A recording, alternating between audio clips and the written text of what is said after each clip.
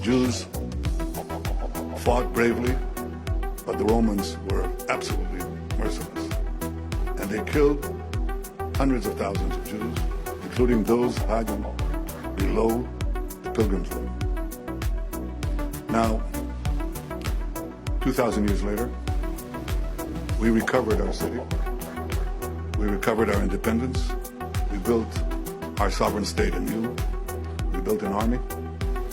And we built a country like no other. But this country is based on those 2,000 years of yearning. Next year in Jerusalem, next year in Jerusalem. It didn't matter if you were in. This is our city, Mr. Erdogan. It's not your city. It's our city. It will always be our city.